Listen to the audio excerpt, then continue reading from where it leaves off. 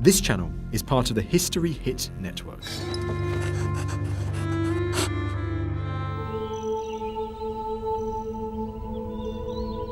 "500 years ago, England was emerging into a new era. After years of war, plague and famine, the kingdom was enjoying peace and prosperity under the reign of the first Tudor king, Henry VII. A new class of business-savvy farmer was thriving, boosting food production. And then over she goes. While wool from their sheep was generating half the nation's wealth. Many of the nation's farms were under the control of the biggest landowner in England after the king, the monasteries. Their influence could be felt in every aspect of daily life. They were not just places of religion, they were at the forefront of technology, education, and farming. But with the daily lives of monks devoted to prayer, they depended increasingly on tenant farmers who worked and tended their lands. Steady, girl. Now, historian Ruth Goodman and archaeologists Tom Pinfold and Peter Ginn are turning the clock back to Tudor England, here at Weald Downland in West Sussex, to work as ordinary farmers, under the watchful eye of a monastic landlord.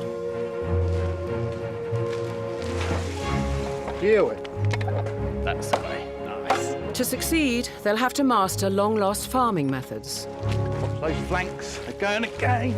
and get to grips with Tudor technology. Quite noisy. It's a really violent process.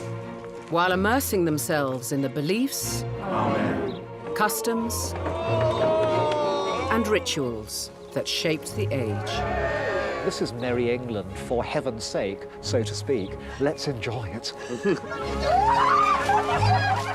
This is the untold story of the monastic farms of Tudor England.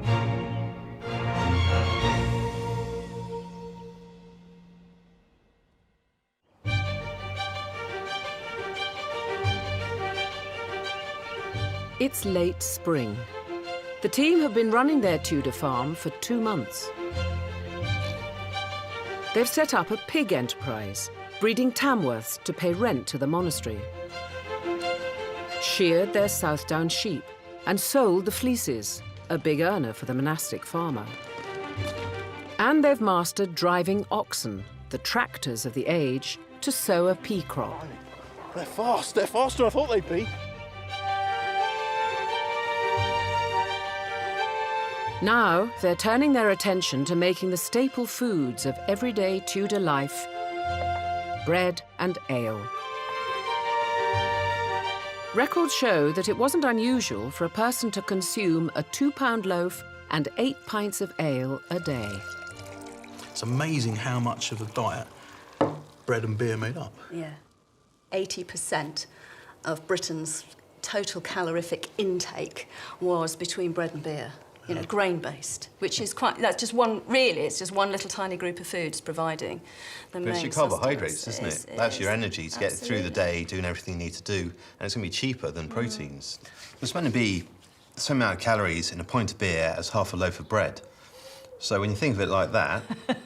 That is a third of your calorie intake, isn't it? Which, when you consider that many people are on the edge and that's pretty much all they're eating, that's an enormous part of the diet. Tudors drank ale not just for the calories, but because water from wells was often contaminated. The alcohol killed any bacteria, making it safe to drink. Dietitians sort of analysing this these days would say that the only thing that's missing from this diet is a bit of vitamin C. But it doesn't take much. You only have to have the occasional leaf now and again from something edible, you know, the odd apple, the occasional bit of cabbage, and you've sorted that problem out.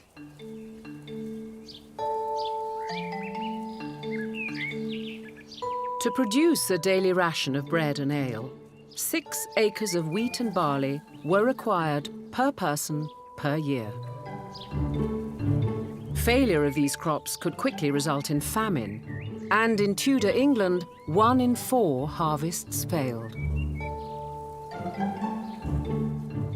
History Hit is a streaming platform that is just for history fans, with fantastic documentaries covering fascinating figures and moments in history from all over the world.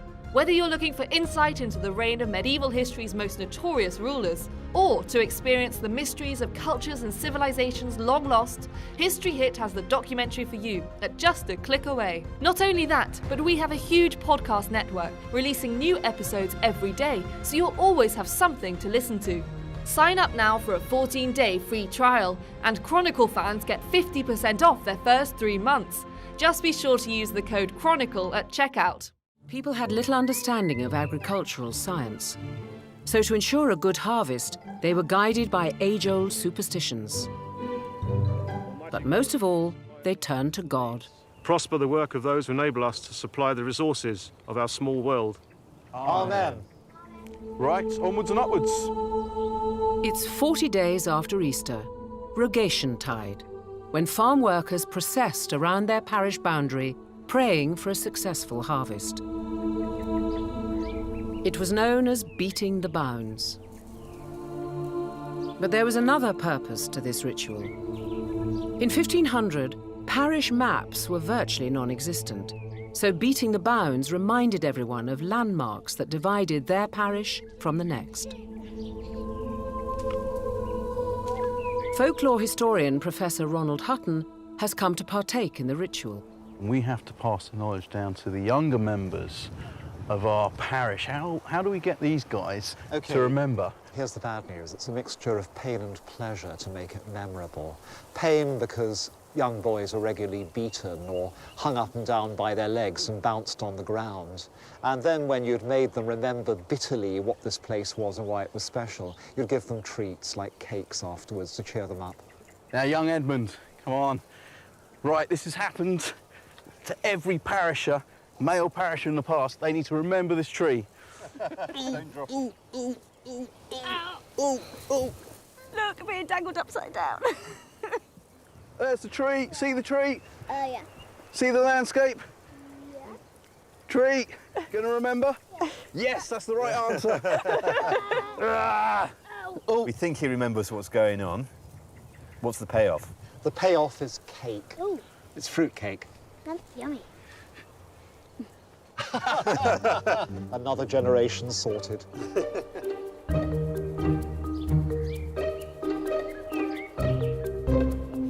The better off supplemented their diet of bread and ale with meat. The Tudor age saw tenant farmers begin to breed pigs commercially for the first time. For farmers under the control of the monasteries, these pigs represented essentially a pig factory. Little ones are ready to go, get the boar in, get them pregnant, carry on. No longer are we subsistence farmers, we're now business farmers. The farm has 2 sows that will produce around 12 piglets a year between them, a useful addition to the farm's income. The piglets are 10 weeks old and should now be ready to wean from their mothers. Once the sow stops producing milk, she'll be ready to breed again. Hi, guys. Yeah, we're good, thanks, Neil. How are you? All right. Yeah, not bad. Right. How are you? You ready for it? Pretty much. Farmer Neil Careswell is helping the boys lure the piglets away from the sows and into the sty. The secret to any wean is not to get them too stressed. If we're calm, they'll be calm. Come on. Come this way. Georgie, come on. Look, it's home. What's in there? In. 4 in. Don't even try and bite. 5 in. Come on. 6 in. Yes! 6 small pigs in there, 2 big pigs out there. But their joy is short-lived. Come on, escapee. Yeah, you Oh, stay there. no, boys! Our little piglets have found out that they can burrow under our makeshift hurdles. Oh, no, another one. It was close. We almost got there. My mistake entirely. It's always like this, Peter, and don't worry, it never ever goes to plan. And do you know what? There's always one. Look, I'll reason with it. Look. You're currently marking your cards as the one we're going to eat. You know? That's not reasoning, that's You threatening. really want to go in there. Yeah.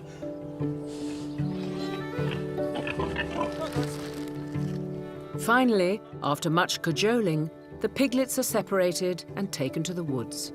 Come on, piggies. Come on, pigs. Come on, pigs. In Tudor England, piglets were often fattened on common land, in forests. Here they could eat fallen acorns, beechnuts and chestnuts. This ancient rite was known as pannage. Keep calling. I'm over here. You're not lost. Tudor farmer putting his pigs in the woods. Not only are you clearing that land out, it's essentially all for free to put on the weight to these guys. But it's exactly what they need. They'll be up here about, I don't know, 3 months or so. Yeah. Get them right up to weight, and they'll absolutely love it. There's loads of things for them to explore. Come on then, guys. Come on. Come on. Up you go. Come on, greedy pig. As tenant farmers, Tom, Peter and Ruth would have employed workers to tend to the animals and crops. It was the farmer's duty to accommodate and feed his staff, and the farm would have produced its own bread and ale.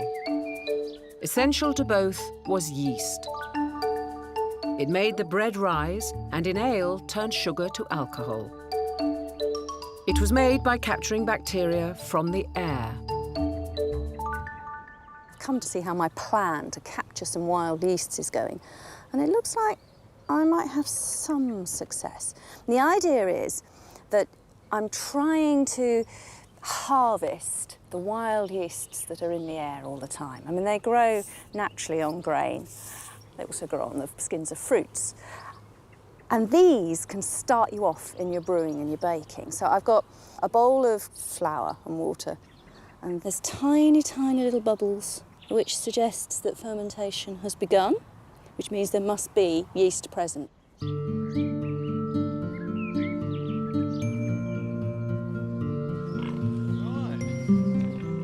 Making money from the pig enterprises relies on a continuous supply of piglets being bred. With the last litter fending for themselves, it's time to reintroduce the boar to the sows. He is huge.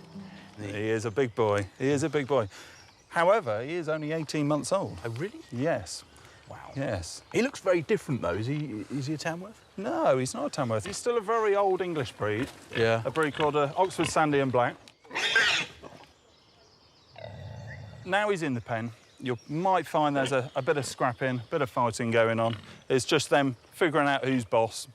They'll figure out very, very quickly that he's the boss.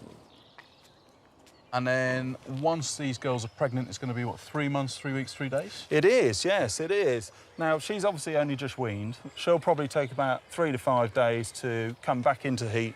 And once the boar takes an interest in her, which he certainly will once she comes back into heat, yeah, I think we're looking at not very long. 3 months, 3 weeks, 3 days. Fantastic. You'll be a proud father.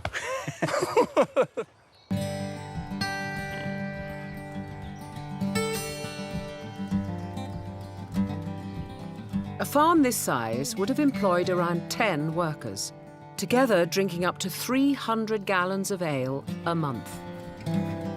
The job of producing these vast quantities often fell to women. The raw ingredient was barley. The first stage was to turn starches in the grain into sugar, a process known as malting. Seeds store their energy through the winter as starch, but come the spring, a new process begins inside the grain, and those starches get transformed into sugars, and it's that sugar we want to capture. So we actually need to start this grain growing, but only just so far, and then we'll kill it and use that sugar to make our beer. But I think we've still got a lump there, look. You're a perfectionist, aren't you? I am a perfectionist. Put me to work here. Water stimulates growth in the grain. Having let the grains swell, now what we're trying to do is sort of, I don't know, recreate the conditions of spring. They've got all the water they need, and then they need a little bit of warmth. Over the next few days, the barley is heaped into a smaller, deeper pile to contain the heat. And you can feel the warmth in it, can't you? And that smell. Yeah. Almost like you start thinking now about what you're actually making when you get that really pungent now. Absolutely. Making ale was a time-consuming job that had to be fitted around tending to the crops and livestock. Despite this, most Tudor farmers had little real concept of time.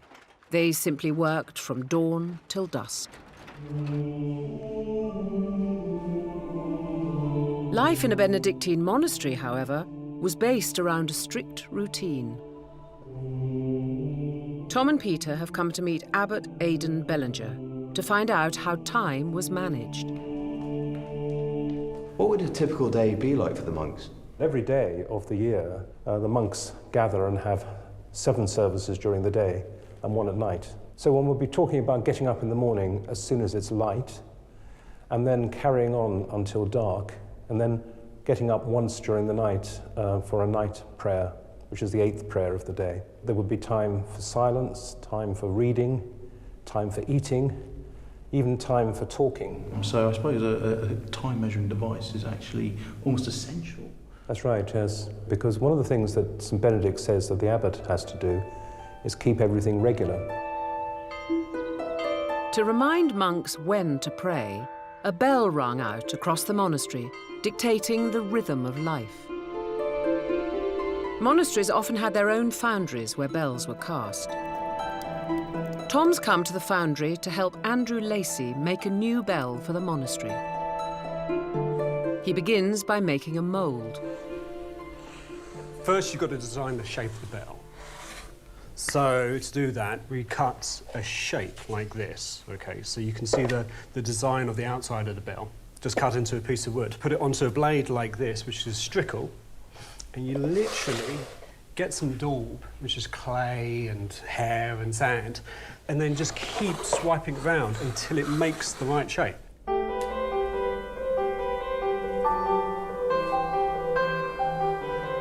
This forms the inside of the bell. Then Andrew builds up layers of wax, which, when smoothed off with a larger strickle, forms the outside. So the wax is on top of our initial round of daub. Yep. We're going to put more daub on. Yep. So the thickness of the wax is effectively the thickness of our bell. The wax will be melted and replaced by our bronze. That's exactly it. Everything that's wax now is going to be bronze later. This is the lost wax method, and it's typical of the Tudor period. The wax is covered in daub, then fired in a kiln. This not only hardens the daub, but it melts away the wax, leaving a bell-shaped cavity. This is the mould, this is the bell mould, and it's quite a heavy lump. So all the wax that was in there that made up the bell has been drained away. Right. So there's now a cavity where that wax was. Where our metal will go. Exactly. Bell metal, a type of bronze, has been around for over 3,000 years and is an alloy of tin and copper. What kind of composition are we looking for? Well, ideally, it's going to be 20% tin, so the rest of it's going to be copper. And when you mix those two together, you get this lovely bronze.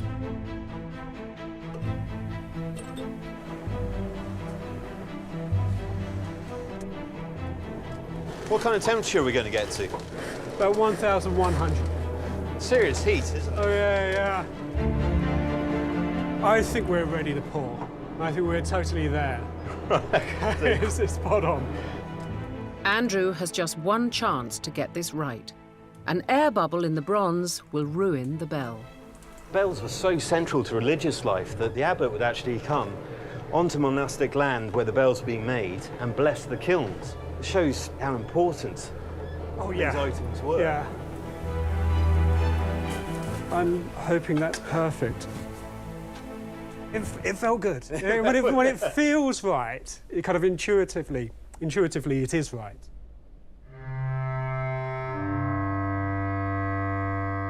Knowing when to ring the bell was vital. Early medieval monks relied on sundials or water clocks to tell the time. The problem was, someone then had to ring the bell by hand. What was needed was a way of automating the process. And it was in a 13th century monastery that a mechanical clock was invented. Peter's meeting Alan Middleton from the British Horological Institute to see how it worked. I suppose we take measurement of time very much for granted, but this must have been amazing at the time. It was an enormous breakthrough, the mechanical clock. Before the Industrial Revolution, clocks were the most complex mechanisms ever made. But of the time, it would have been miraculous. Completely miraculous, yes. The key to the mechanical clock was a device called the foliot. This ensured it ran at a constant rate, so time could be measured reliably. The foliot is mounted on what's called a staff. The staff has 2 flags or pallets on it, and as the tooth of the escape wheel drops off one pallet, it lands on the next one, and so it goes backwards and forwards. And this controls the rate at which it unwinds. If that wasn't there... The wheels would spin around at high speed and the clock would stop in a couple of minutes. But there was a complication to this system. In monasteries, religious services were split between those observed in hours of light and those during hours of darkness. So day and night had to be divided into 12 hours each, regardless of the season.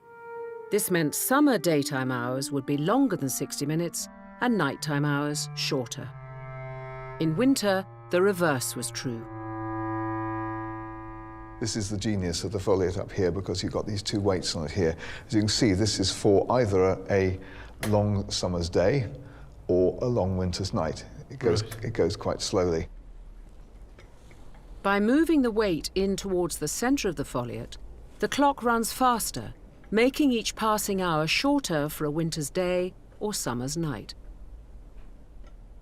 That's quite a strange concept to me, in terms of you are actually altering your clock in order to delineate time based on the seasons. You're still quite, doing that, yes. Quite tied into those seasons. This is the way in which they operated, and their clocks had to work to that standard.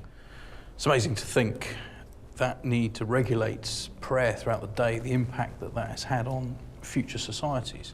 It's absolutely crucial. It's one of the greatest machines ever devised.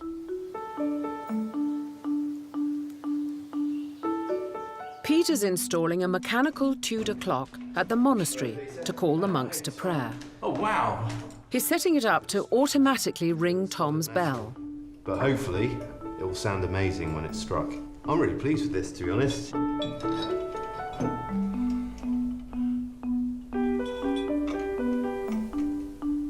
As this goes round, it's going from the 1 to the 2, then it just kicks the arm down, which rings the bell. Close to the... But Peter's installation has disengaged the all-important foliot. You might be calling, the monks to pray out a little more often than they want. Calm down. It's very temperamental. After some adjustments, the clock is running properly. That's good. This clock is set now to ring 8 times a day, calling the monks to prayer. So 7 times during the daylight hours and once at night. I mean, that is such an important development, isn't it? But it all started in the monasteries. Mechanical clocks spread from monasteries to church towers across the nation, and time became fundamental to people's lives. Back on the farm, Ruth's producing ale for the farm workers. The barley's been malting in warm, damp conditions for a week. Well, it's happened. The barley is sprouted. I need to stop this straight away before it sprouts any more. But the smell has changed too.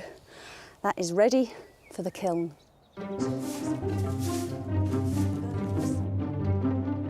The malting process has turned starch in the grain into sugar. To stop the process, Ruth's heating it in the bread oven. I haven't got my oven as hot as I would for bread. Don't need that sort of temperature. I just need to dry out the grain, to kill all that shoot.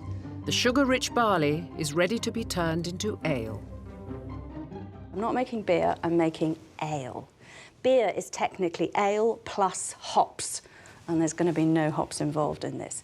Beer was a continental, particularly a Dutch thing, that eventually comes over to Britain. But in 1500, almost all of us are completely drinking ale. Next, The malted barley is boiled in water to release the sugars. Water from wells was often contaminated and dangerous to drink. But this process made it safe. Now this has to come up to the boil and then simmer for about half an hour. And this, of course, this boiling is what makes the beer so safe to drink. It's sterilising the water. And then the alcohol that we're going to produce will keep it sterile. Farmers provided food and drink for their small workforce. Pop the lid on. Come back in half an hour. Monasteries, on the other hand, had to cater on a much larger scale, not just to monks, but all the lay folk who worked there. So their brew houses and bakehouses produced vast quantities of ale and bread. Peter's helping out in the monastery's bakehouse. First, he's sourcing the main ingredient, wheat flour. Hi, Peter, you all right? This was ground on demand at one of the monastery's mills. You wouldn't mind just holding that while I shin up? Rather you than me. Peter's come to High Salvington Windmill in Sussex, where miller Peter Casebow begins by setting the sails. Tie on there. Although this mill dates from the 1750s, it's of similar design to a Tudor mill. That's it. So we've got it nicely spread, OK? Yeah. And that should now catch the wind nicely. The trouble is with the wind, it can be... I've just taken the brake off now, OK? And we lost the wind. Well, I suppose you're at the mercy of the wind. We'll have to turn the mill round and see if we can find some wind from a slightly different direction. So what we're going to do now is to lift the steps of the mill. Right. So I do that by pulling up this lever, which will do that. Wow. And the steps are now clear of the ground. So this whole building lot's is going round. It's just balancing on a post then? Well, That's hence right. post mill, I suppose. We're saying about 26 tonnes, you know. 26 tonnes? See if we can get a bit more power out of her. She's going quite well now. Yes.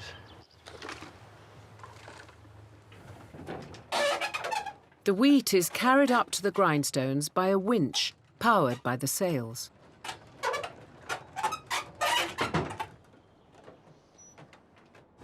Take that off and you can see the stones underneath there. You have one at the bottom called the bedstone, and that's wedged tight into the floor. So that doesn't move? So that doesn't move, because there's quite a bit of friction when you're grinding. And then you have the runner stone, which is the one on the top, and that runs over the slight gap above the bedstone. The surface of a millstone is carved with deep furrows. Now, the bedstone has them cut in the same as the runner stone. And when they the two come together, you can imagine they act rather like a pair of scissors, and they shear the grain and create the flour that way. It's supposed to be better than, you know, crushed like the modern mills. A miller was at the mercy of the wind, and so far there hasn't been enough to grind. But Peter's sensed a change in the weather. Let's get this thing going, shall we? OK. Put the brake on. And that will enable us to then put this in gear. That's right. OK, here we go. Oh, come on. Is that in? Yeah, that's in. I'm just doing up the sprattle. Cool. It's actually... You're going to grind.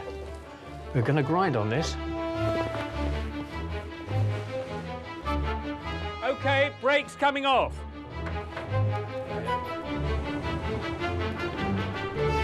Yes, she's running. We've got some stuff coming through now. Oh, yeah, I can see that. Oh, look. And we'll actually test the quality of the flour by the rule of thumb, OK? Yeah. I can tell whether it's the right sort of consistency. So that's where the saying comes from, the rule of thumb. Yes. And if it's fine enough, then that's it. I'm no expert, but it feels fairly fine to me. A little bit of... It's not too bad. The odd bit of granular... I mean, it's like a wholemeal, isn't it? It is wholemeal, yes. As we say, mice and all.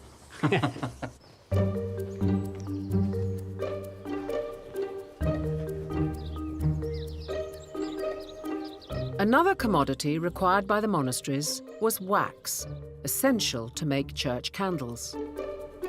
Candles represented the light of God, and those made from beeswax rather than animal fat were particularly special, as they burned with a pure, clean flame.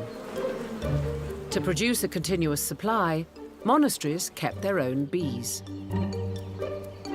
Tom's helping beekeeper Paul Hand harvest the wax, which came with a useful byproduct, honey. The honey was the only form of intense sweetener that they'd got at those times, but the beeswax is the only form of wax. Today we've got paraffin wax and lots of different kinds of wax, but then for making ink, for lost wax casting, for jewellery, for all sorts of little processes, that was a major industrial product. You've given me some gear here. A little bit of protection? A little bit of protection. This is my, my overalls, is it? So that will cover everything, including your codpiece, so that'll sort of... And you've got a wicker mask on there, which I'm not sure how much you'll see, but your face is obviously the bit that you want to protect more than anything else. We'll just turn them up gently. Tudor bees were kept in skeps, upturned wicker baskets. Oh, I mean, visually, that's amazing. This was the way bees were kept for over 2,000 years, until the invention of the modern beehive in the 19th century. You can see they're really quite dark bees, almost you'd say black. But this is the British black bee. This would have been the bee in Tudor times. All right, so this actually has a heritage. Oh, definitely. And it was only in Victorian times that people went off to Italy and round on their grand tour and saw the golden bees out there and thought, ooh, we'll have some of those. And then we've got different kinds of bees now. But people are keen to get back to the original Tudor bee because they're very suited to our climate. The bees build wax honeycomb to contain their larvae and stores of pollen and honey. That's incredible. Goose, just to sort of brush them off. And the goose feather basically is like a very safe way. Well, a brush, they might get their legs stuck in it, so if it's hairy, this has got nothing to catch for the bees, so we'll pop that on there and let's see if we can get a little bit more. So why do bees make honey and wax? Well, this colony and the queen in here, she could live for as long as 9 years. So they've got to have enough stores for the winter. So the honey is their food for the winter. But bees, they're geared to produce lots of honey, and if you give them space, this colony go on and produce maybe 40, 50 pounds of surplus honey in a year. Once the honeycomb has been extracted, the two products, honey and wax, must be separated. Just break off the comb and pop that into here, and then you crush that with your hand. It just runs out. Yeah. I just want to taste some. You can see the little caps on there. That's sealed, proper honey. It's still warm from the hive, and to me, that's the best way to... That's amazing. My lips have almost stuck together, but... Because sugar's lovely and sweet, but honey has an amazing flavour with it as well, something really quite magical. Mm. It is fairly stunning stuff. It's so good.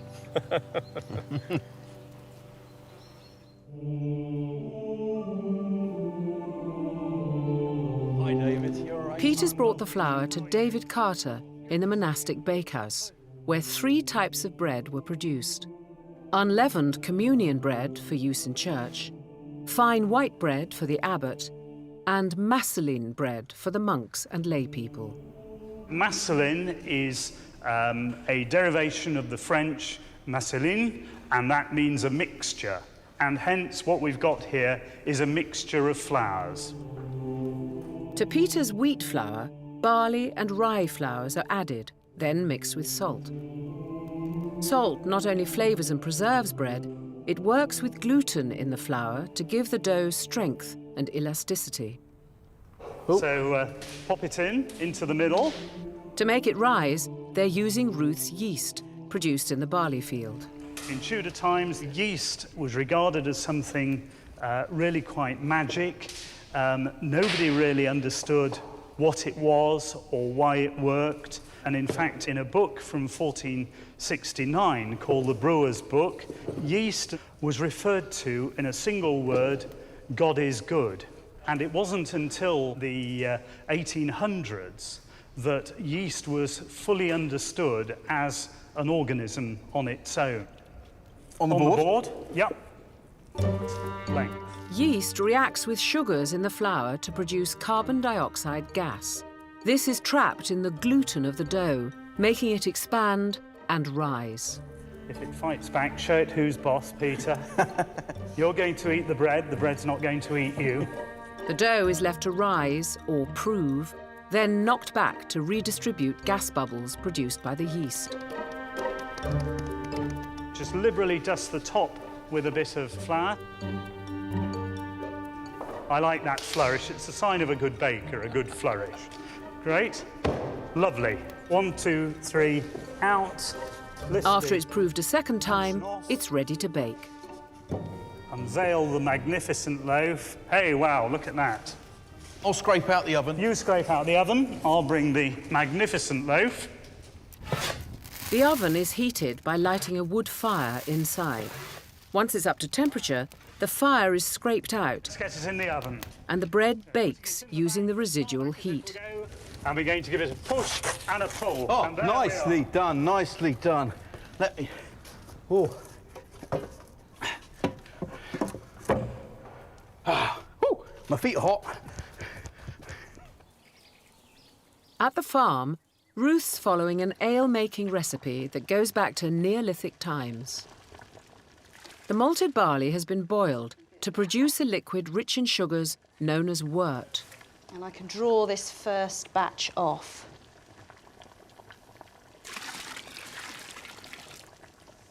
So this batch of beer will be the strongest. And once I've drawn all this water off, I'll put another load of water on the same grain and boil it up again. And that will make a much weaker beer. So this is more your sort of evening drinking, getting drunk beer, and the next batch will be your sort of daytime drinking beer when you're thirsty, but you need to still have your wits about you. Now it's time for the flavourings. So in goes my elderflower, and in goes a small amount of honey. Just a little bit. Stir that through. Now, while the beer's still hot like this, flavours of the herbs will be drawn out into the liquor.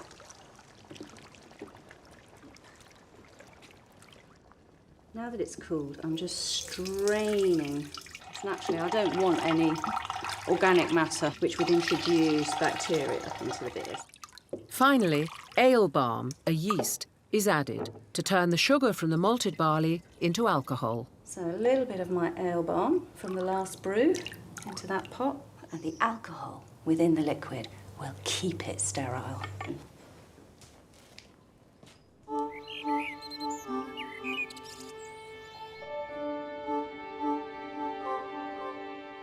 At the monastery, the beeswax has been separated from the honey and melted, ready to make church candles. Paul starts by making the wick. If you go into church and you're seeing these impressive candles that, you know, don't smell bad, they last. Yeah. And a beautiful, clean, white light. Yeah. I mean, to us they may look slightly, but compared to, say, LEDs or something, but compared to yellowy, sputtery tallow candles, a clean light of a beeswax, so it was very, very clean and very bright. Yeah. The wick is repeatedly dipped into the beeswax, slowly building up the layers of the candle. Is it dripping there? Yeah. That will solidify fairly quickly. And we want it as straight as possible because that's the centre, the core of our candle. It is, it's the centre, and if it burns off, then it'll drip down the side. So if you get it nice and straight, then you get a nice, clean, even burn. So that's now almost solid. So then we can dip again.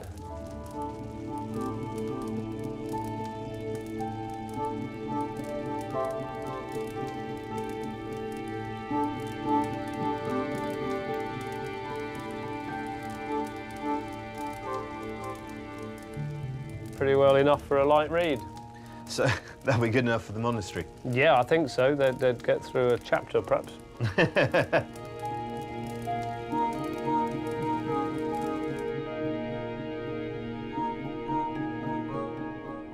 Finally, the ale is stored in butts, where the sugar will continue to ferment. Another batch in the butt. In its butt.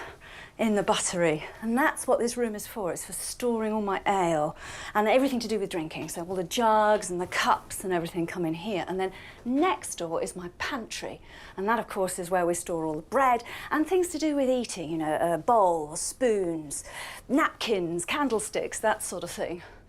Together, they form the sort of service end of the house.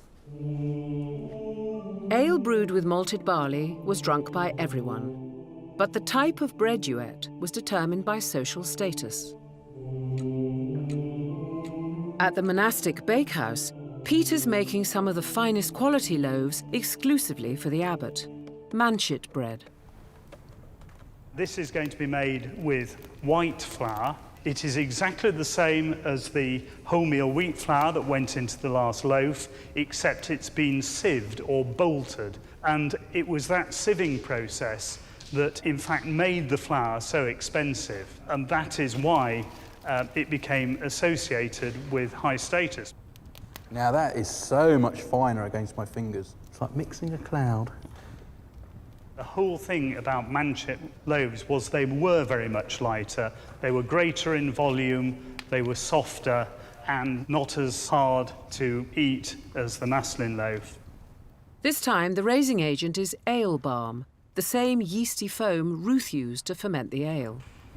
Often the brew house and the bakery were next door to each other because the baker would rely on the brewer to provide him with the balm to make the bread. It is such a tactile process. It is such a tactile process. After proving, the dough is cut into portions for baking. Do you think this is ready then? I think so, Pete. Looking forward to this. This is going to be a proper treat. Meanwhile, the brown Maslin bread for the ordinary monks has been baking for an hour and should be done. Oh, that is fantastic. That looks so appetising. It's a nice, dull, hollow sound. That's definitely baked. And the baked manchet loaves are ready to be delivered to the abbot. Fantastic bread. I've managed to stop Tomo eating it on the way. It looks brilliant. It looks enough for two of us for one meal. Very generous. Looks really good.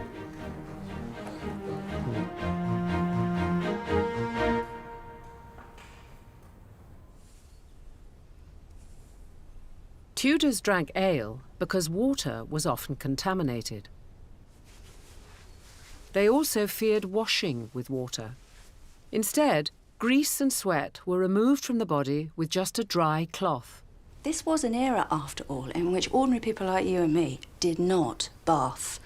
They were scared that if they water washed, that it would open up their pores, allowing infection in. And if you lived in a world where the Black Death and the sweating sickness was carrying people off in droves, you too would be pretty scared about undertaking something that exposed you to disease. Hair, too, was cleaned without water. You might think that without shampoo, everybody had filthy, disgusting hair. You would be wrong. This is remarkably effective if used regularly, and that's the point. You do have to comb thoroughly twice a day with a very fine-toothed comb. I mean, that side's all very well for getting out the knot, but it's that side that's going to do the cleaning for me. If you were to do absolutely nothing to your hair, if you were just to abandon it for 3 months or so, yeah, the amount of oils it was produced would slow down, but it would smell disgusting because all this dead skin would be trapped, the oils would be trapped next to your scalp. It's not a good place to go. However, if you don't wash it, but you do comb it, you've pretty much solved the problem.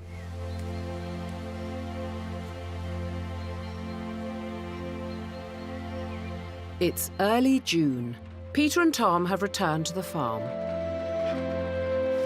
In 2 weeks, it will be the summer solstice, the longest day. Hopefully, the boar has done his job and the sows are pregnant.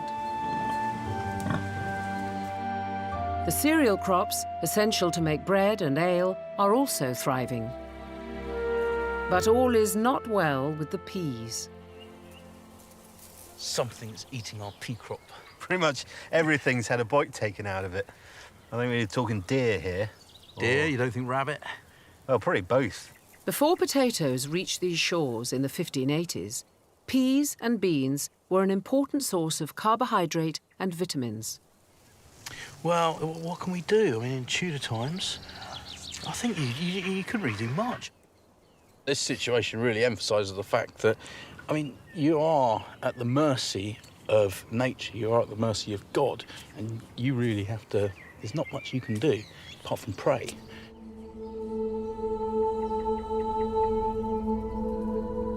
Tudor trades set up religious guilds to pray for prosperity in business. The team have established their own guild, with St. Benedict, the patron saint of farming, presiding over them. Masses would have been said to pray for special causes, like the success of a crop. As the service is in Latin, most people couldn't follow word by word what was going on. But if you attend church one day a week, every week of your life, you quickly get an idea of the sort of shape of the service. You know, words you recognise as the cues for when to kneel, when to look up. And you can follow the service in a sort of vague form, even if you don't manage to follow every single word in meaning.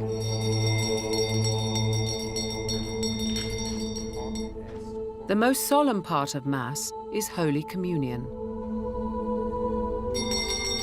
The priest blesses unleavened bread, the host. Medieval Christians believed that this had now transformed it into the body of Christ, a process called transubstantiation. To receive it, you had to be free from sin. Most people felt they were unworthy, so they took blessed ordinary bread, known as panis benedictus.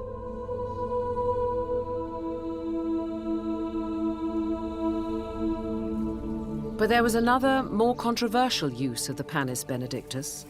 Records show that some farmers took it from the church and sprinkled it on their crop to ensure a decent harvest. Accounts at the time thought that this, the panis benedictus, had magical powers.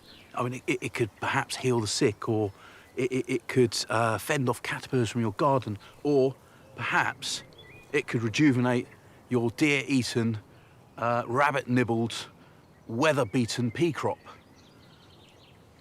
Who knows? And as that sun sinks in the west, and there's no more we can do to protect this for another night, I'll take all the help I can get.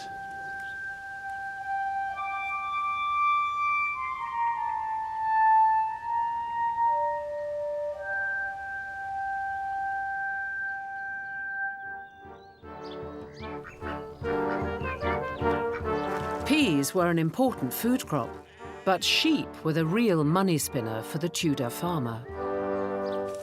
No. Which one are you going? Ah, that one. Yep, that one. Wool and cloth accounted for 75% of England's exports. Should have had a...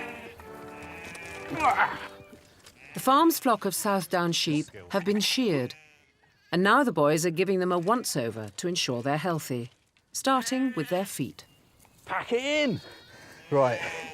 What I'm trying to do is just where the hoof is starting to fold over, just trying to get rid of that so it doesn't get infected. Sheep are designed pretty much for living on quite rocky outcrops and nibbling away at the grass that grows there. As soon as you move your sheep into a downland environment like this, they're on quite soft land, so there's nothing to wear away effectively what is their toenails. So this is pretty much a sheep pedicure. Well, if I had a pedicure like this, I'd be demanding my money back. Right, I think it's time to let her go. Okay. I'm going out that way there. Right, candidate number 2. Oh, this is going to work well for us. The main purpose of breeding sheep in the 1500s was for wool. But any sheep past their prime would be slaughtered and eaten as mutton. I'm going to roast the mutton. Bit of a treat, that, rather than boiling it.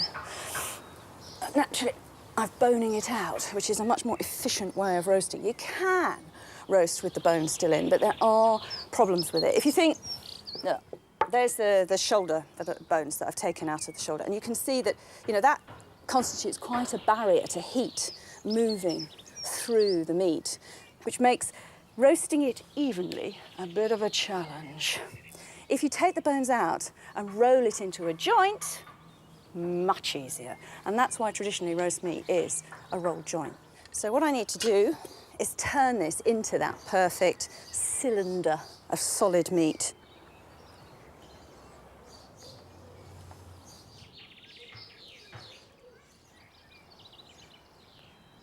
Could you give me a hand popping this in the spit? Oh no. Okie doke. Push up as much as you can.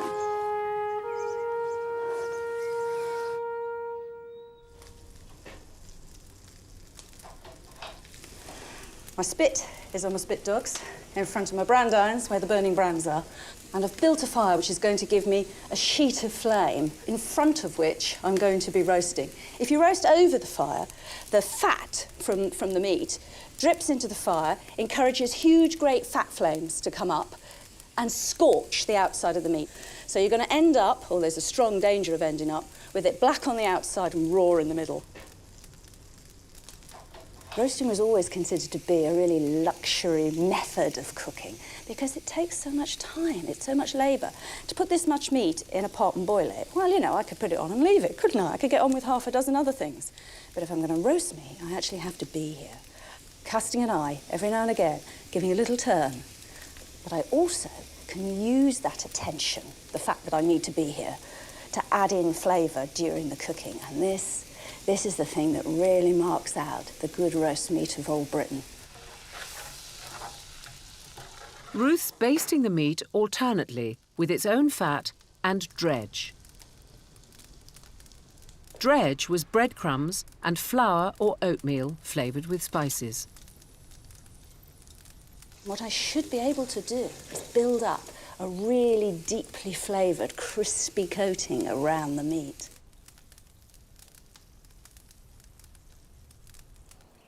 It's a week since the Guild Mass for the pea crop, and the boys are curious to see whether there's been any improvement. I have to say that this pea crop is looking, touch wood, pretty fine. It's looking very healthy. I think the weather's really helped. But Yeah. also, it seems like some of the animals that were attacking it when it was sort of weaker, smaller, they've laid off a bit, and we've just got this massive growth. A little secret, I took a piece of the Panis Benedictus from the Mass, and I sprinkled it in tiny pieces across the entirety of this crop. And I have to say, it's worked a treat. Yes, sun and rain might have been in there as well, but good work. Let us be thankful. Amen. Amen. It's 11 in the morning, and the farm workers have assembled for the main meal of the day. Having risen at dawn, this would keep them going until evening, when they would eat just bread and ale. Not your fault. This mutton is absolutely fantastic. Oh, I love roast meat. And here we are at the top of the table. Head of our household. Good, isn't it? And you'll notice that we haven't got any of the mutton on the other tables. Not yet, anyway. Not yet, anyway. So it's up to you, really. If you think somebody deserves a slice of meat, then you send it to them. And it's a really public message.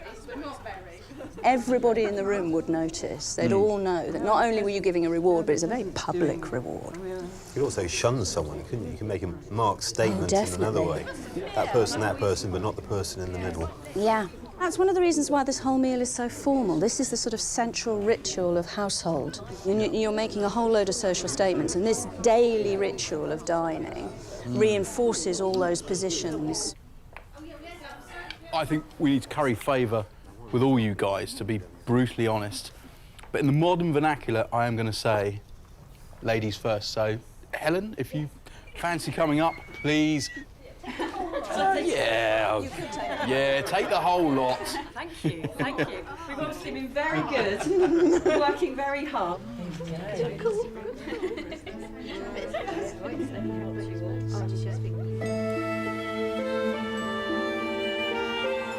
It's Midsummer's Eve.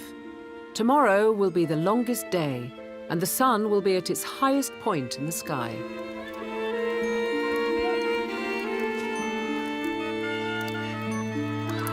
For thousands of years, this has been regarded as a special and mystical time.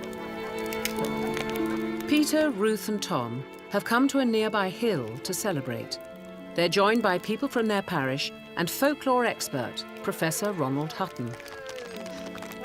The sun rises and sets at different points in the horizon through the year, which is why days get shorter and longer. But it slows down at midwinter and midsummer, and for a few magical days, it appears to rise and set at the same points in the horizon. So the laws of nature and the divine are suspended. Human beings can become magical. The fairy folk can wander among us. Potential is limitless. Tonight, the last night of the solstice, Midsummer's Eve, you, Tom, can find a fairy mistress. Tonight, Ruth, you could find your divine opposite number. And you, Peter, and I can enjoy a drink. Fire was at the heart of midsummer celebrations, and jumping through flames was believed to bring good luck. Ruth, would you do me the honour of leaping the midsummer fire with me? The rest of you get back a bit. Goodness. 1, 2, 3. It was believed that at midsummer, evil spirits roamed free, and fire would ward them off. In truth, it wasn't evil spirits in the air, it was disease. Back where we are now, the Tudor period, this is the time when fleas breed, and fleas brought bubonic plague. This is the time when mosquitoes breed, and they brought malaria. Lice brought typhus. The corn is growing, it can now be flattened by storms or catch disease. And it's the time when the sea is calm, the rivers are low, the roads are dry, which means that armies and brigands can move easily. We are in danger of being plundered. We're looking at stark, lethal danger, and fire will keep us safe. There was one fire that was especially effective at warding off evil: the bonfire. A fire made entirely of bones is a bonfire, from which we get the word bonfire. They smell dreadful, and the pungent smoke drives away evil spirits. So Peter's convinced, after a few ales, he's actually seen a dragon. Certainly scare away evil, traditionally. And as for seeing a dragon on some ale, can you hear it? It's a roaring night. Out there in the winds, we hear the voice of the dragons.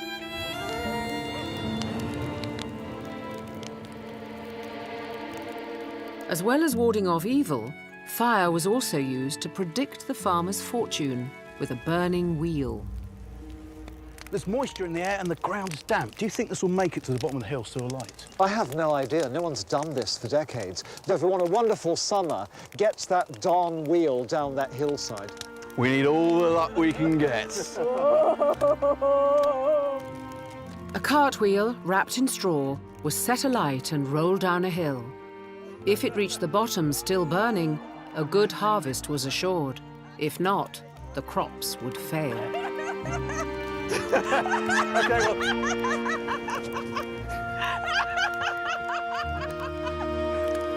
Take it off, buddy.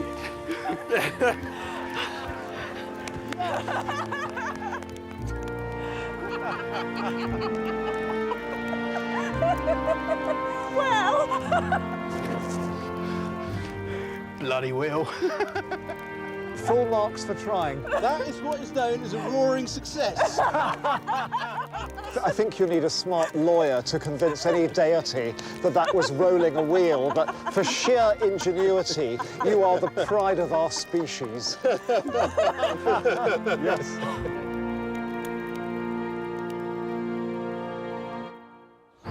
Next time on Tudor Monastery Farm. How monasteries made money beyond farming. From mining lead. This is hard. Fishing. I'll come back in with if it does, I can't!